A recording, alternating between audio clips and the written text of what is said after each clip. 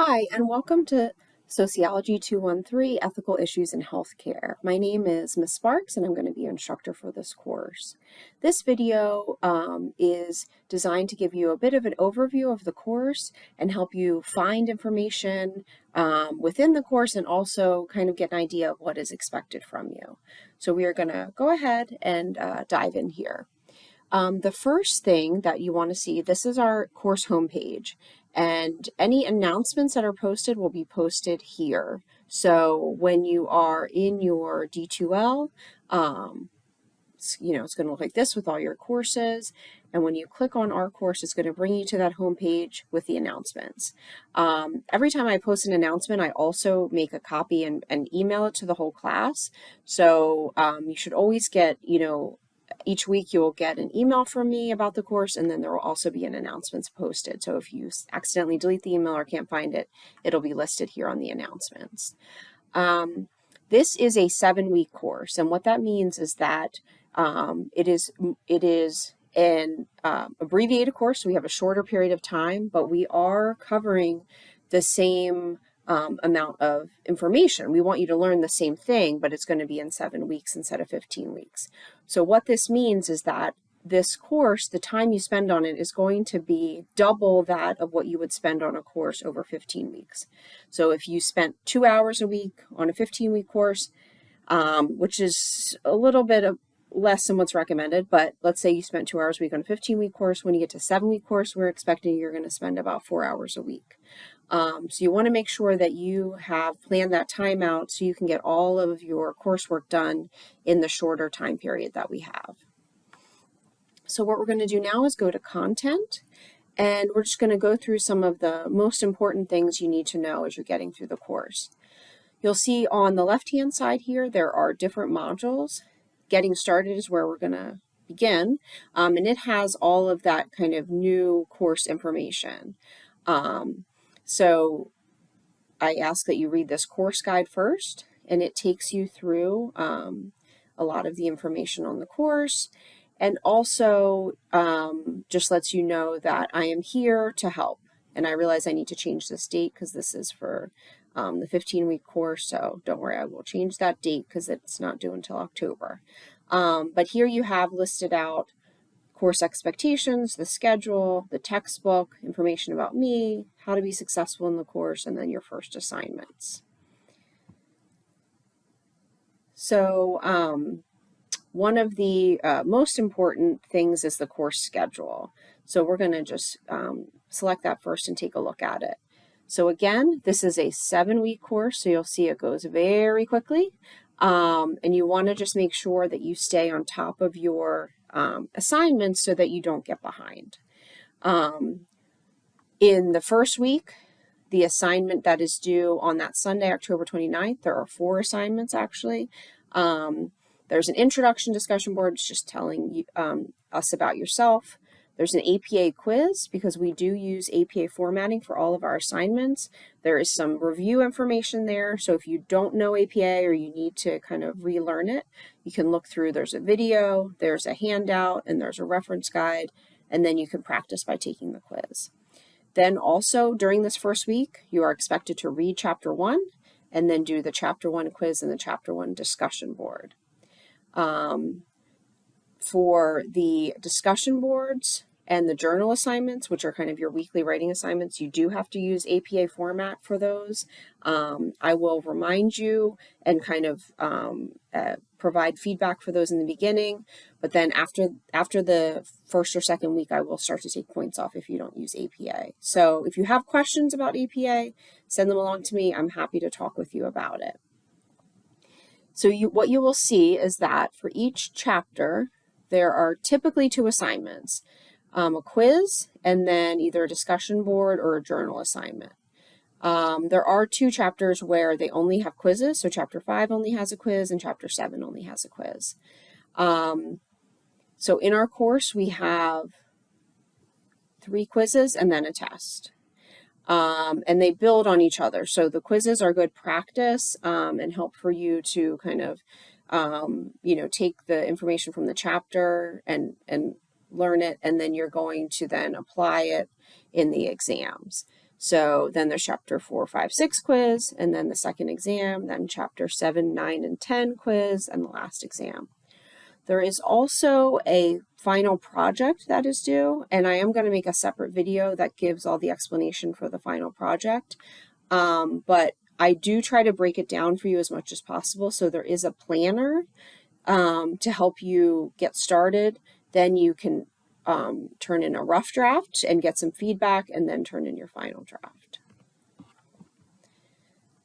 It may sound like a lot, but if you do a little bit at a time, each week, you're going to be fine. You just want to try to keep up with the schedule, because if you fall behind, that makes it harder. You can also check out our course expectations. It just kind of says, what can you expect from me? What can I expect from you? The best way to communicate with me is through email. During the week, I check my email, all day, every day. I don't typically check my email on Saturday or Sunday. So if you email me on Saturday or Sunday, I'm going to get back to you on Monday. Also, that goes for holidays too. If you email me on Thanksgiving, I'm not going to, email you back until that next Monday. Course materials, we do have a textbook, and we'll look at that in a second. Late work.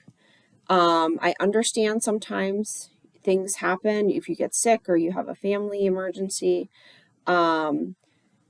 Typically, the discussion boards, quizzes, and exams have a closing date indicated on the assignment. So they have a due date, and then there's a date where that assignment closes and you can no longer access it. So after that date, the assignment is no longer accessible. You won't be able to complete it.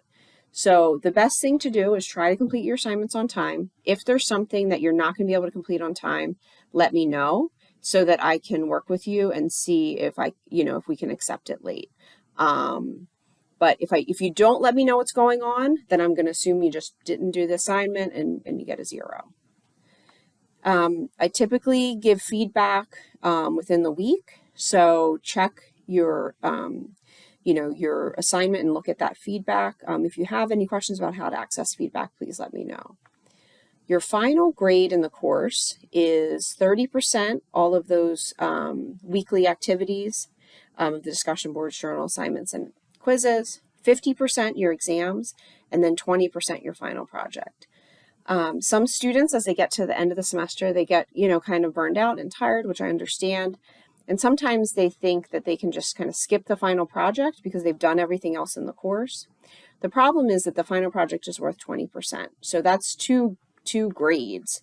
So if you had 100 in the course and you don't do the final project, you're going to end up with an 80. And so for many people, they would have passed the course if they had done the final project, but they chose not to, and that causes them to not pass. So please make sure to do the final project so that you don't risk failing the course at the very end. There's some information about discussion boards, quizzes, exams, the final project, and then here again are the APA references. So there is a video that goes through all of APA. There's a reference guide and a handout. So I would review those absolutely for sure for everyone. And then particularly if you don't know APA or you don't know it very well, I would spend a good amount of time on that so that you can, learn how to use APA correctly. And again, I will give you feedback on that in your first couple assignments. But then if you are still not using APA correctly, I will have to take off points. Okay, we're going to go back to getting started. There is a required textbook in this course. There are online versions and there are print versions. This is the book that you need to get, Ethics of Healthcare, and you really need to have it now, like as soon as possible. So either you can order it online. If you want to get it through the Dell Tech's bookstore, it's only sold by the Owens or Georgetown campus bookstore, but it's also available in other places. So make sure you get the book, whether it's in person, a paper copy or an online copy. You want to have it at the beginning of the class so that you don't fall behind. Because like I said, that first week, you're expected to do chapter 1 and do the quiz and the discussion board, and you can't do that if you don't have the book.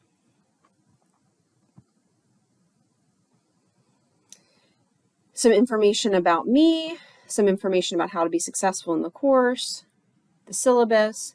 the APA quiz, and then your introduction discussion board. After the getting started section, then you have all the chapters laid out, and you'll see, if I click on each chapter, there's going to be an overview for each chapter, and it tells you a little bit about the chapter, and then it tells you what you should be doing for each chapter. So if you follow that information, then you are going to be really successful. So for example, chapter 1, there is a PowerPoint, and then there's also a mini lecture, which is me showing you the PowerPoint and explaining it. Then you want to read chapter 1 in the textbook and any additional resources, then complete the discussion board and take the quiz. And that is the same format that all of the chapters have. So if you see chapter 2, looks very much the same. And you will notice that there are some, other resources besides just the textbook.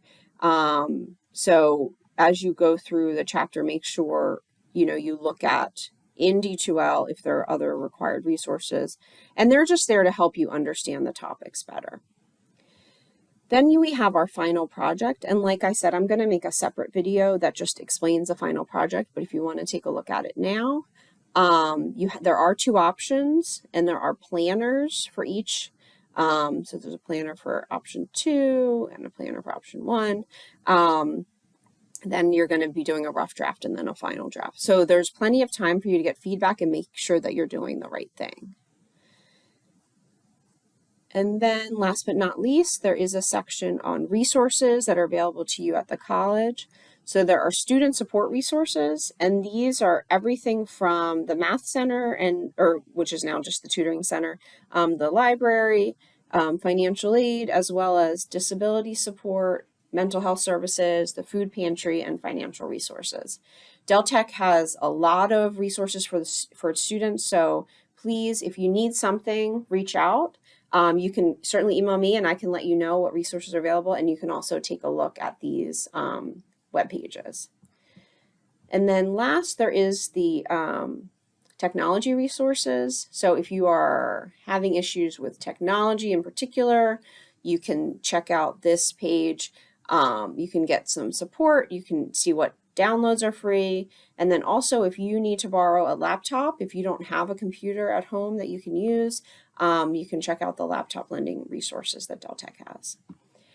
I hope that you will enjoy our course. I hope that you will ask me questions. I really love communicating with students, and I want to make sure that you are, you feel comfortable with the course and you know what is expected of you. So please reach out if you have questions, and I'm happy to answer them. I can talk on the phone. We can meet in Zoom. You can come to my office. Hopefully we will have a great time in this course, and you will be successful. Thank you.